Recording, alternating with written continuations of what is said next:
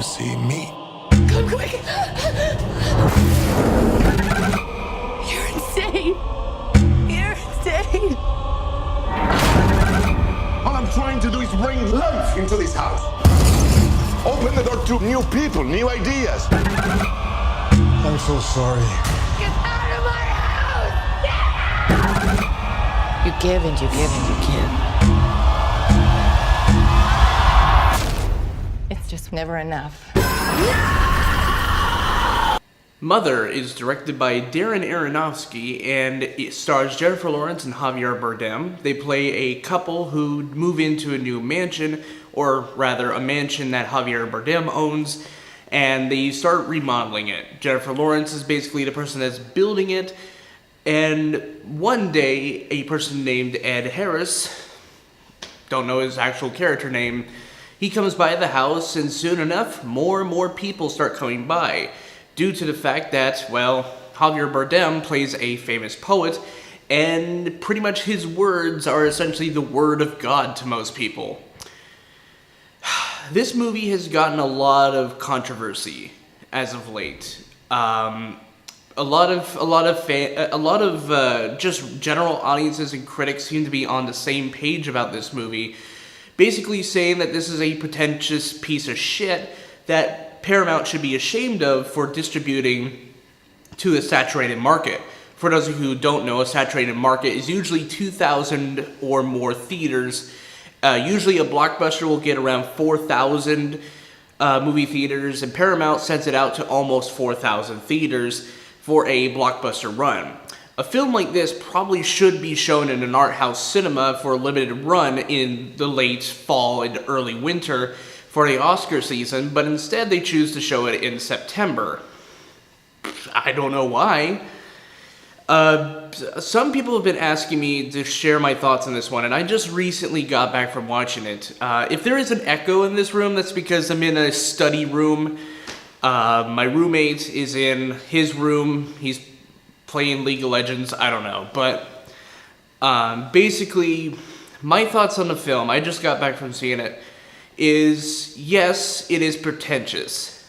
Yes, it is repetitive. For me personally, I don't mind having religious symbolism. I don't mind having a story that has to do with the Bible. I have no problem with that. But make it interesting. Make it entertaining to watch. But this movie is very cut and dry about what it wants to do. It's pretty much, hey, this is how we're going to portray it. You only have to think this way in order to understand it. Basically, if you know anything of the Bible, pretty much you know this entire movie. You know, it's pretty obvious. Like, as soon as they start, doing their blocking and the characters' actions will correlate to Genesis and just a bunch of shit. The first two acts in particular are very much this way. The third act, however, that's where shit gets real. From the climax on, it gets insane with the amount of crazy shit that happens.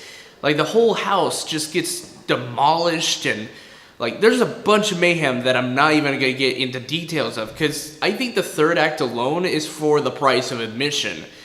But the rest of it, though, is just so on the nose and so... It's so cut and dry. It's like if you get this new house, right? In speaking of houses, it's like if you get this new house, right? And there's nothing in it. There's no interesting character. There's nothing there other than what you see is what you get. That's essentially Mother to me in this case.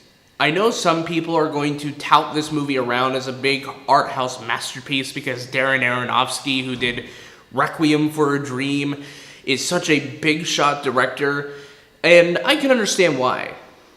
I can clearly understand why people would gravitate towards this particular film if you're a film student. It does teach basic symbology and a bunch of other different stuff, but aside from that, there's really nothing else that stands out other than that amazing third act, which was just out of nowhere. It's crazy.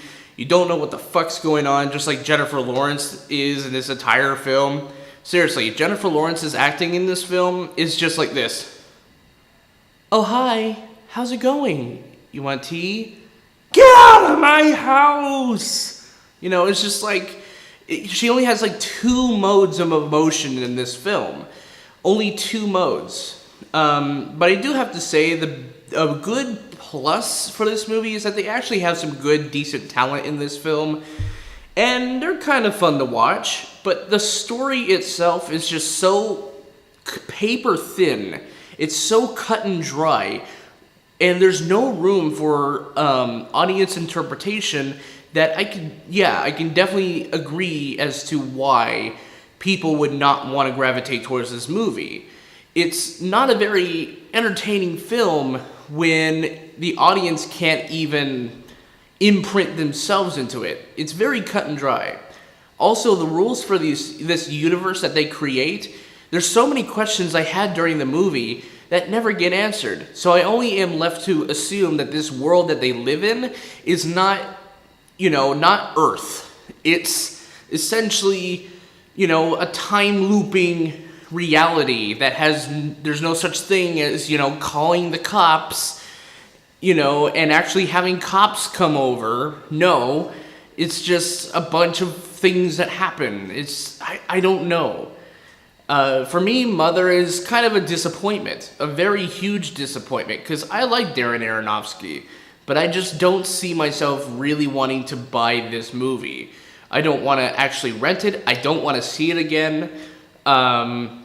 If I was to best summarize this is a more pretentious version of Rosemary's Baby, essentially. Even the poster for Mother is the same as the Criterion Collection poster for Rosemary's Baby. I mean, come the hell on, guys. Stop stealing other people's ideas for posters.